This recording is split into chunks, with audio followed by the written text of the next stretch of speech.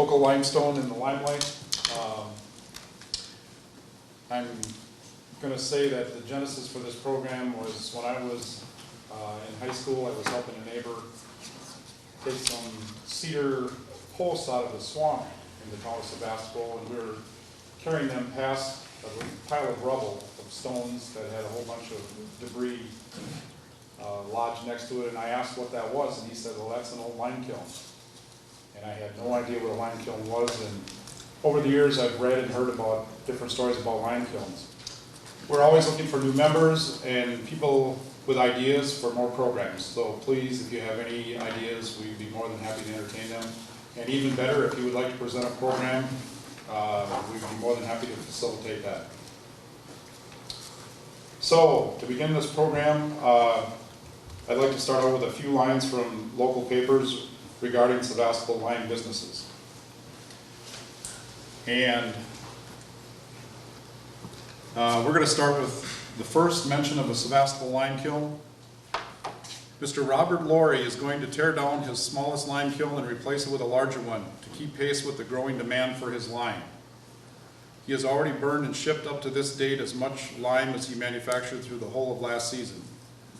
And that quote from the newspaper is August 3rd, 1871. The Laurie Quarry is still existing along Bayshore Drive, and it was first opened up to provide lime for the building trades.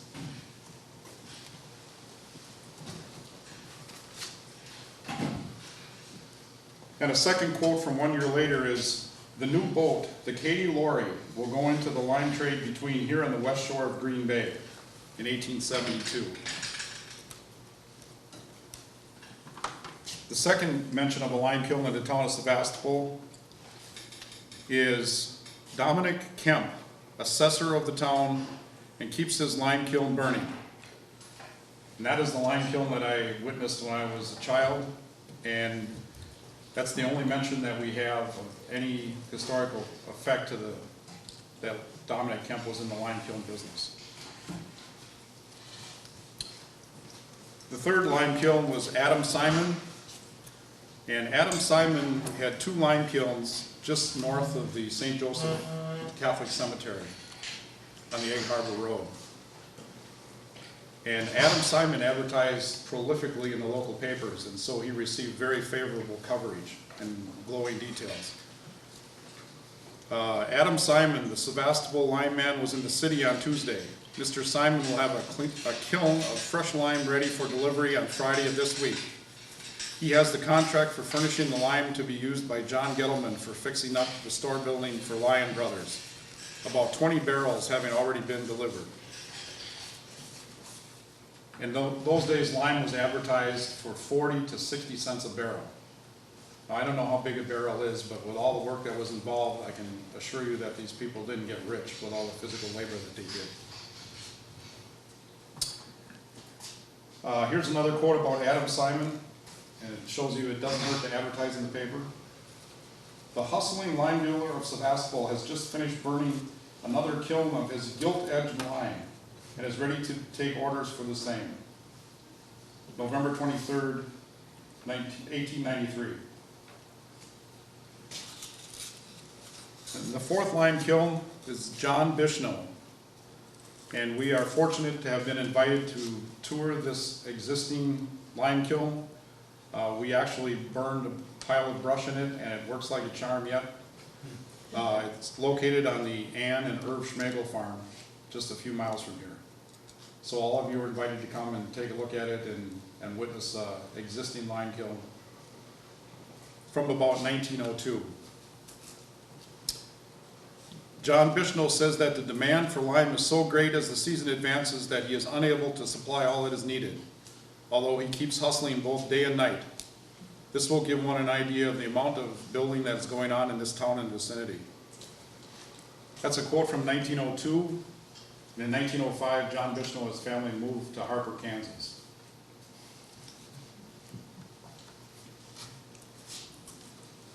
John Bishno had two lime kilns located on Irv and Ann Schmegel's farm. One of them is in poor shape and the other one is in fairly decent shape yet, so we'll be excited to go out there and Carl will explain how the lime kiln actually operates. There is a mention of a fifth lime kiln from the newspaper archives, and it's under the Town of Sevastopol News.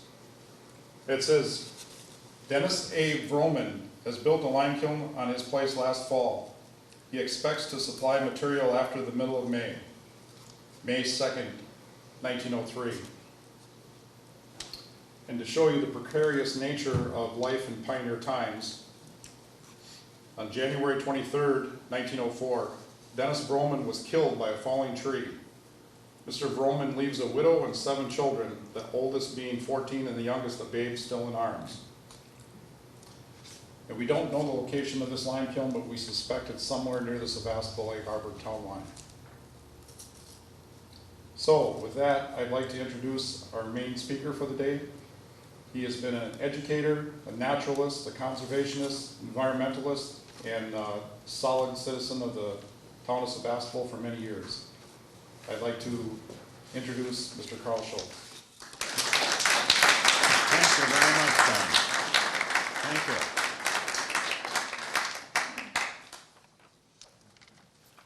I'd like to start with some thank yous, if that's all right.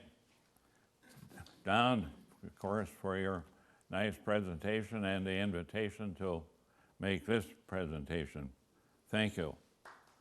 And I'd like to thank the Historical Society for arranging programs such as this, and Linda for all her efforts in getting this program going. I like to talk a little bit about the history of Sevastopol, and one thing that always strikes me as being extremely interesting is the fact that it was John Peter Simon who suggested that Sevastopol be named Sevastopol. And he did that because he saw the relationship between the area in the Russian Crimea at Sevastopol, the limestone rock and the soil. So he suggested that it be named Sevastopol, and with a whoop and a holler, the town board at that time adopted Sevastopol as a name. And incidentally, do you know what Sevastopol, that's a Greek name, and do you know what it means? The place of glory. How many of you knew that you were living in a place of glory? Another interesting thing about this immediate community is Institute. How many know why it's called Institute? Anybody here know the fact that the Roman Catholics in this area in the 1800s built a school called the Institute, and it was a boarding school, and of course the community is now known as Institute. The dictionary, a dictionary explanation of an institute is a place of learned endeavors. So we have a number of learned endeavors in the community. The Institute Saloon is one of them, and the school here at Sevastopol, of course, is also a place of learned endeavors. So when you're saying you're going to a place of learned endeavors, better make it clear as to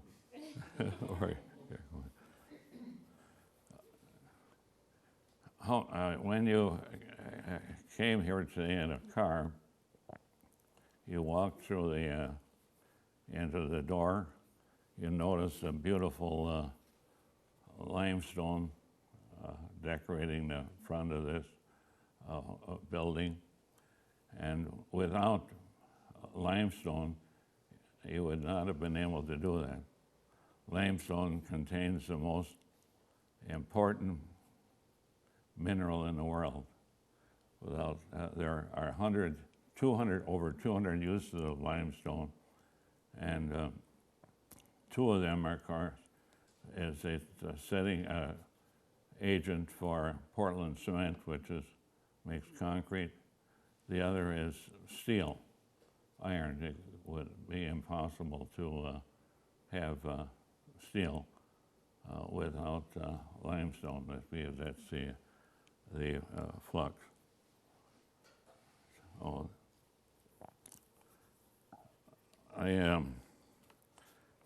Don mentioned that I would explain the operation of a lime kiln, and I'll do that. There are several kinds. The mixed kind is the kind that they had here, and most of those were mixed kilns where the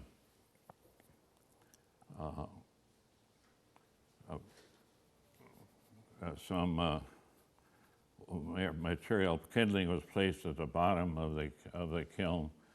Then some heavier wood was placed on top of that. Then the rock was put on top of it. Another layer of wood, until it was filled. I mentioned that you walked into this building, and you would not have been able to have an automobile. There's some steel in an automobile. There's the setting agent in that walk is the calcium hydrate. And then, of course, the beautiful front of the building is also limestone.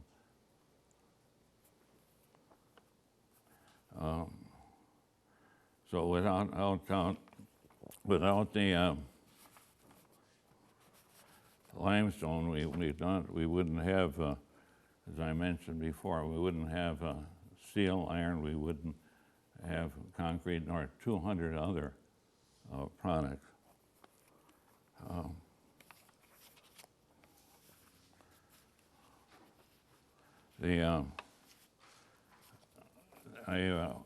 Ruth and I visited the Rockwell Lime Company in Rockwood, Wisconsin, and they gave me this little booklet, and they celebrated their 100th anniversary in 2006.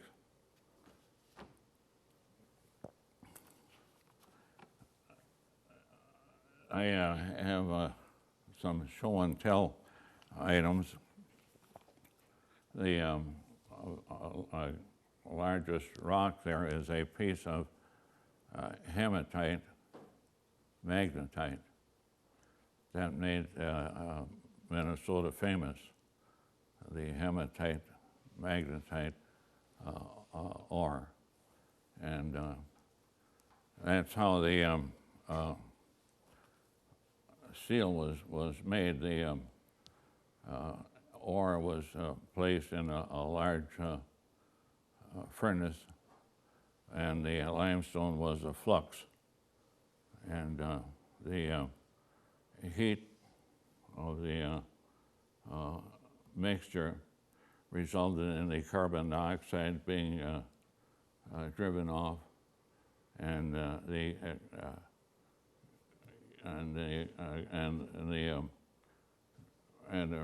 resulting mixture was a calcium silicate. The iron ore has a lot of silicate in it, so after the carbon dioxide is driven off, the silicate combined with the calcium, and you had iron. So that's a piece that came from a boulder train on Matthew Road. In fact, Because I have another piece like that, it weighs about 200 pounds, but I didn't have the energy to. When Don called me about this program, I asked him if we could start with 425 million years ago. And that was the age of, that's when the limestone was formed during the Silurian period, which was the age of corals. I brought a few fossils on the table for show and tell, and this shows some of the fossils during the Silurian period, 425 years ago. Meet Linda, that's fine. There, fossilized sea floor. I have a piece there that looks something like that. A piece of the sea floor. It has a number of fossils in it. Most of them are the brachiopods. There's a good example of one of the quarry operations in Door County. Next slide, please.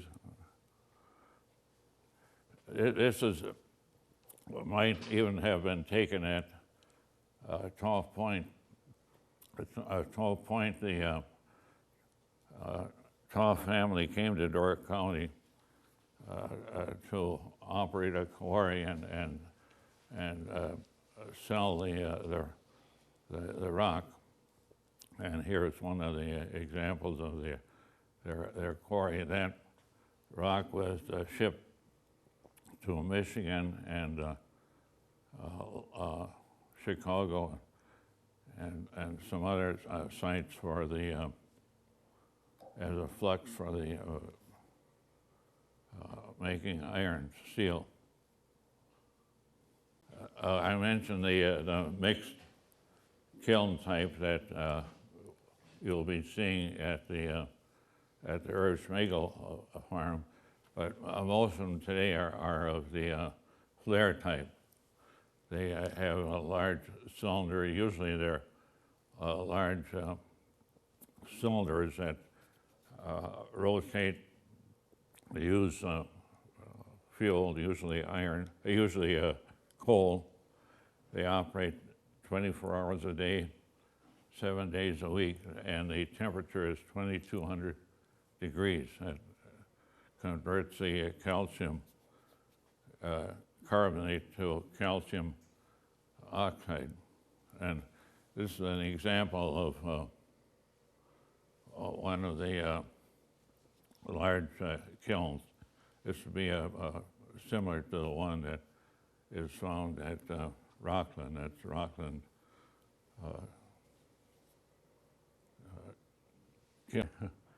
There was Irv's with the kiln that you'll be seeing in just a little while.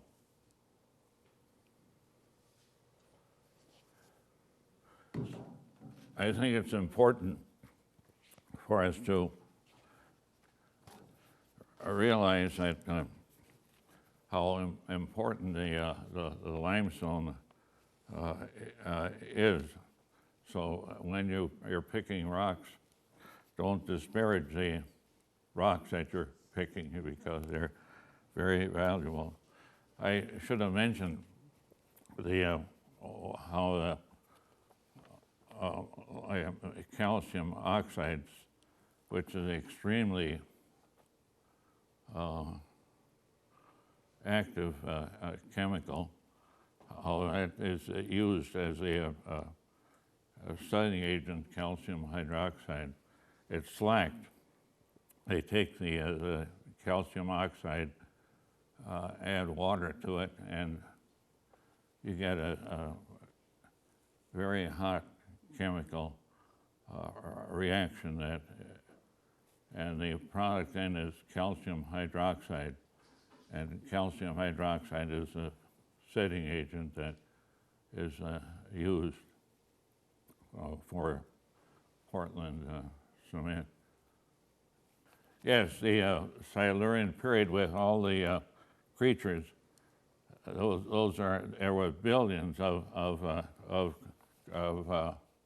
creatures, and when they died over a period of 425 million years, you got the formation of the limestone.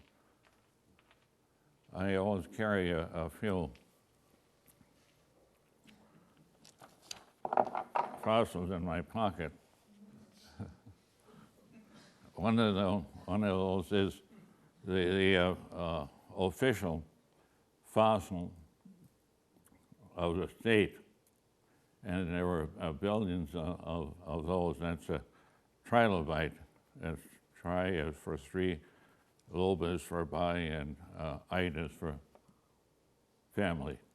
So that's a trilobite. If any of you are ever in Kenosha, and they have a beautiful natural history museum, and they have a big exhibit of fossils, including many trilobites. Some are 2 feet long. And there's a fellow named Paleo Joe, a paleontologist, who presents programs that are only standing room only, over, and primarily deals with the trilobites. Are there any questions? Yes, sir. How did they quarry that stone? Was it just manual pick and axe, or did they use More pick and axe, and later, of course, they used dynamite also, but most of it was pick and axe. They at the Door County Museum, Jenny is here. Jenny Hain is here.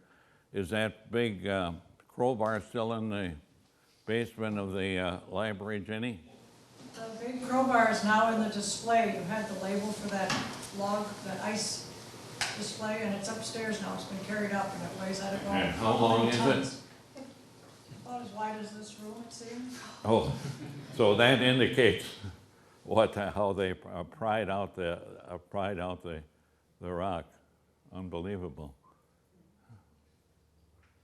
Yes, go ahead. Do you know how long you would have to burn to produce the lime? Yes, and the mixed kiln type, which is the kilns that we had in Door County, except for the one at Gardner. There was a twin kiln there. That was a flare type, where the heat was supplied from outside the kiln. But in the mixed type, it would take at least a day of burning. I mentioned that day of burning because at the top point they have a kiln that the diameter was too great for the height. So when they burned it, the cinder burned out. And it never did operate, so they thought they could have another product for sale, but they were never able to make the calcium oxide. Yes, sir, in the rear. Just wondered how they crushed. How big were the blocks that they would take out, and how did they get those crushed up? Well, the smaller the better. But they did have some rock crushers too that were used, and in fact, they had to have rock crushers. They were tremendously big equipment. I own a rock crusher that someone was given to me by the Fisher family. So run on steam power, or? Yes, no, by belt power. Horsepower. Yeah, so they evidently did have belt power at that time. Yes. Say this slide this slide explains it very well, that they would chunk it up into 1.5 to 2 inch Yeah. chunks of limestone, layer it limestone, either coal or wood for the fuel, and just place those layers like that. And it took about a week, so it was not uncommon to have several lime kilns in the same area. So the first day you would be loading one, 3 to 5 days, or 3 days maybe to fire it and cook it down to the limestone, 2 days to cool, and then a day to unload. And so if you were rotating from kiln to kiln, you never had any downtime. You were constantly producing that lime. And you would just drag it out through the bottom there where the eye is. It I would just fall wondered through. how that crushing happened. Sometimes it was by hand. I think the early pioneers went, yeah. Big hammers. Yes, thank you. Yes, Was the lime used locally, or did they produce enough to ship other places? most of it was shipped other places. However, some was used locally. It would be take the calcium oxide, slack it, and then use it for a number of purposes. Whitewash would be one. Calcimine was another one. They added salt to it, and that was used as a paint, a white paint. But most of the local, what we call lime, was crushed limestone. It was not burned, so it was just crushed limestone, and that was used in barns. In fact, I think that today, if you're a grade A milk producer, you must use lime on the floors of the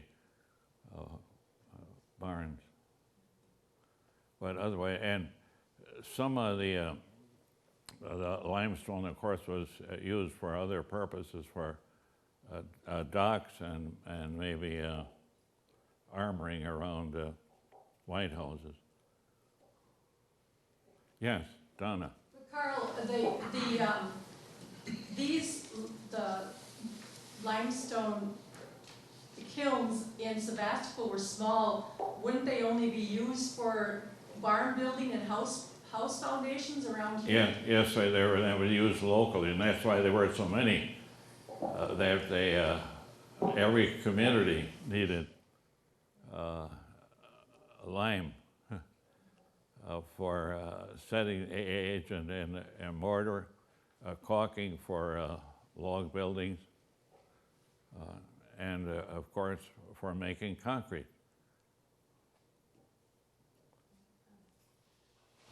Yes. The Door County Historical Museum, downtown Sturgeon Bay, Jenny works there, she can answer any questions, but they have an excellent exhibit on lime kilns.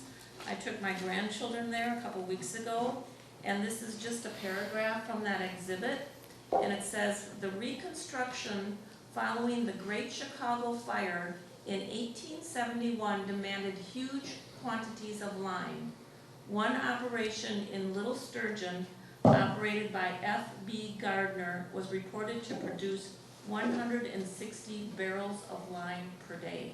So, and Well, that was thank all. you. That's impressive. We think this is across the bay. Yeah, Near that's on Naples, Raleigh's Bay in the town of Gardner. Interestingly, Gardner and Harris were friends, and Harris was the founder of the ship canal, the father of the ship canal. But they were good friends, and Gardner, of course, had a big lime operation. Of course, being on the bay, it was easy to just load it onto the barge or ship or Yes, vessel. they wherever had a dock. Ship it down to Chicago. Any other? Yes, sir. You may have been the person that taught me on some hike somewhere about the Limelight. Yes. I don't know if you want to. Yeah. Thank you for Thank asking that question. Yes. You like to be in the limelight? the Greek theaters many years ago, that's how they lighted the theaters, was with limelight. If you heat lime, and I've done it, I've had a little model kiln. If you heat it, it gives off a brilliant light. And in fact, if you're in the Two Rivers, Rockland area at night, if you look over the sort of west of Michigan, that area, you can see the limelight from these kilns. It's a brilliant light. And that, I don't think I mentioned that lime, the calcium hydrate, is the oldest chemical in the world.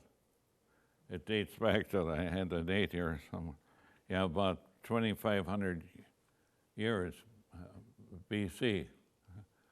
So that was early days. Evidently, they knew how to burn the lime. I think it was burned in pits in the ground. But it was used, and of course they used it for one of the 200 uses that we have today. Yes, Did you Ruth. tell them about building your kiln? Oh, yeah. Your lime kiln? And how much it took to build it? Yeah, I thought we didn't get it didn't work, or do you have that slide, Linda? I did run out to the Oh, farm. anyway, I took a picture and our computers weren't compatible. Anyway, yes, because that's an important part of rural America, I built a lime kiln at the farm. One of our employees, Trevor Hasenjager, and I hauled 15 pickup truck loads of erratic rocks from a boulder train. That caused big trouble some years ago, didn't it, Ruth, the boulder train? I came home one day and I said, I bought a train. You bought a train that our children don't have shoes. Anyway, there's a tract on Matthew Road that has a boulder train. There must be some others in the county. I don't know of any others, but I've seen thousands of rocks from that boulder train. And some are at the farm. There's one that one of the rocks is a red granite rock, and that's a memorial to Gerhard Miller. And that's what he wanted, was the official state rock and a cedar tree, a white cedar. So that's his, yes? What is a boulder train? Oh, yeah, that's a very good question. It's where a glaciers dropped millions of erratic rocks, just millions of them. And the rocks in Door County, well, 87% are, that you pick off a field, are limestone. But in a boulder train, it's just the reverse. About 87% are erratics, or granites and gneisses. And at the farm, if you want to see a nice exhibit of rocks from a boulder train, that island in the parking lot is from a boulder. Many, many different rocks. See, those are all so-called crystalline rocks, or erratic rocks from the boulder train. And would those withstand the heat then? Those would withstand the heat Yes, of the... yes, the crystalline rocks do. But the limestone would not. Donald, and Irv will explain the operation of the one on the Schmegel farm, but they had the interior was lined with crystalline rocks, and the exterior was limestone. I suppose they didn't have enough crystalline rocks, and so that operated that way.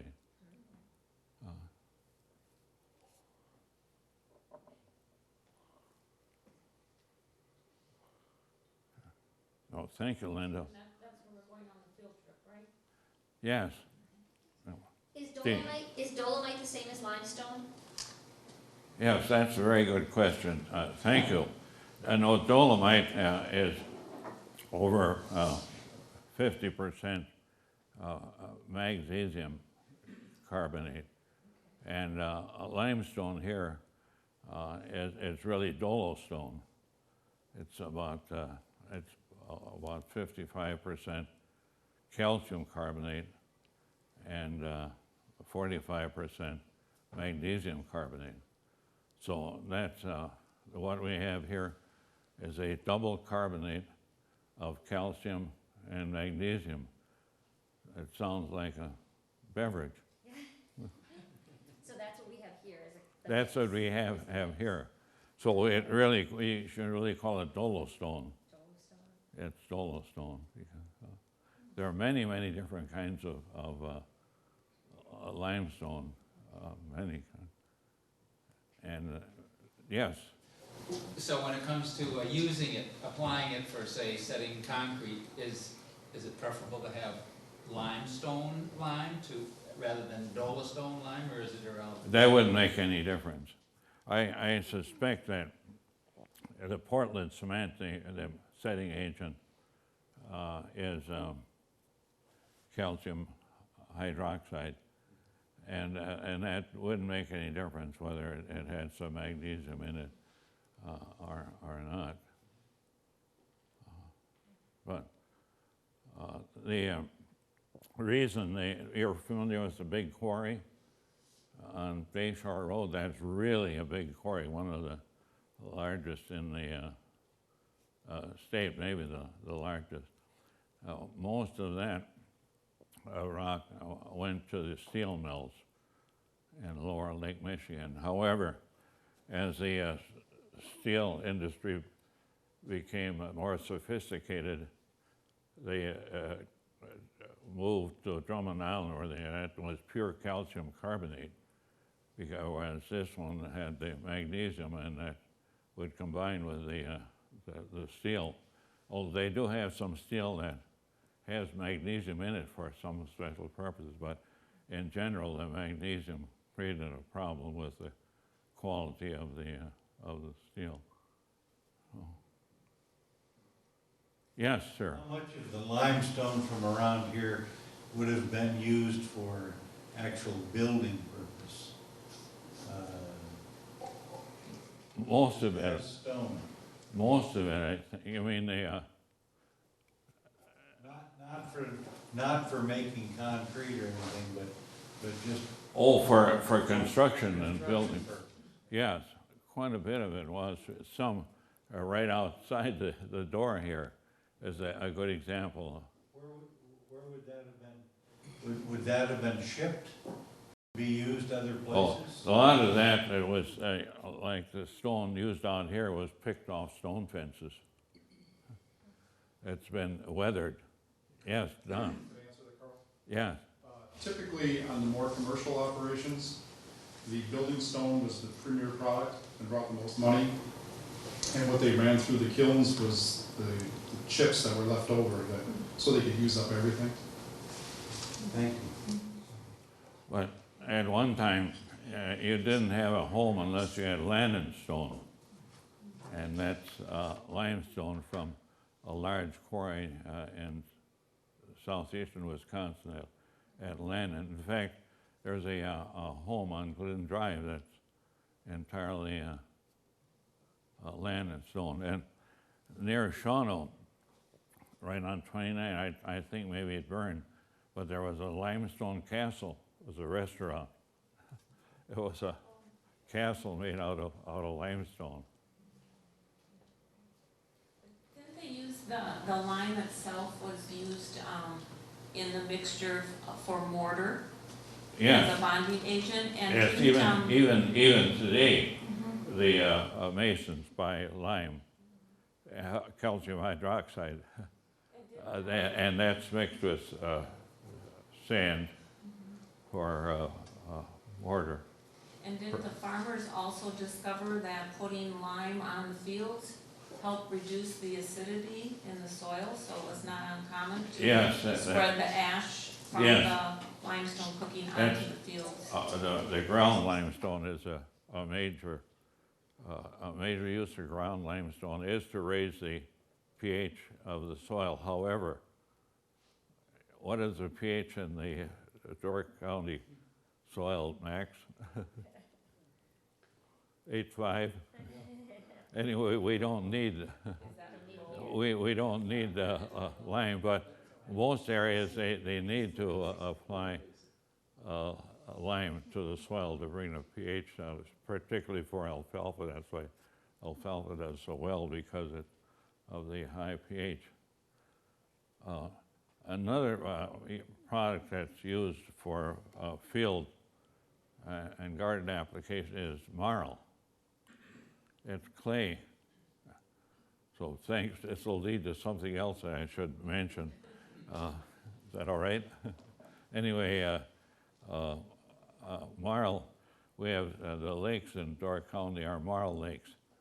The bottom is marl, and it goes into suspension very readily when there's any turbulence, and therefore you have a marl-colored water, and in some cases it's not good to have a lot of that in suspension, because every time it settles, it more readily goes into suspension because of the size of the particles. Although when they built the stabilization lagoon for the sanitary district here, and sanitary district number 1 for Sevastopol, they have 2 lagoons, a primary and a secondary lagoon, and they had $10,000 worth of volcanic ash. But when they started digging for those lagoons, they found that the material was all marl. So they never used a bit of that, because that marl is completely impervious to water. So any other questions that lead to something else that might be of interest? Well, thank you very much. And thank you, Don and Linda. Oh, here, there's some show and tell. Forgot about that. There's some, in fact, do you see all those poor quality brachiopods? First come, first serve. So if you want some here, and they, all the brachiopods are usually agatized. So if you're a lapidarist, you can take them, cut them, and make jewelry. So just take whatever you wish. Oh, here's one. This isn't for taking.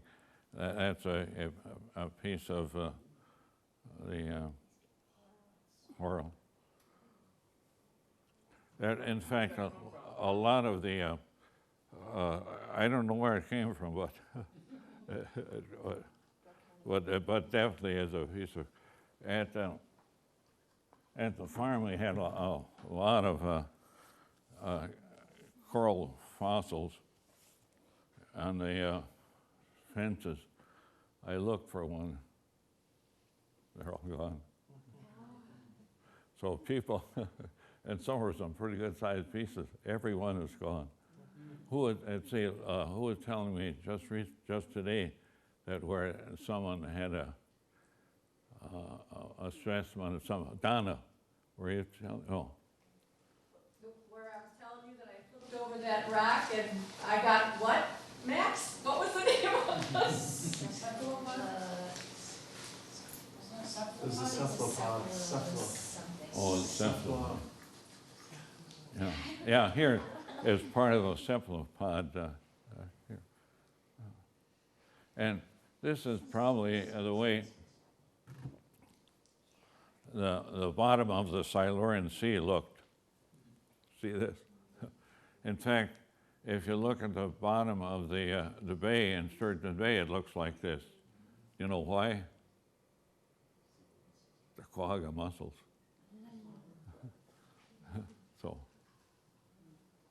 So this is a good example of.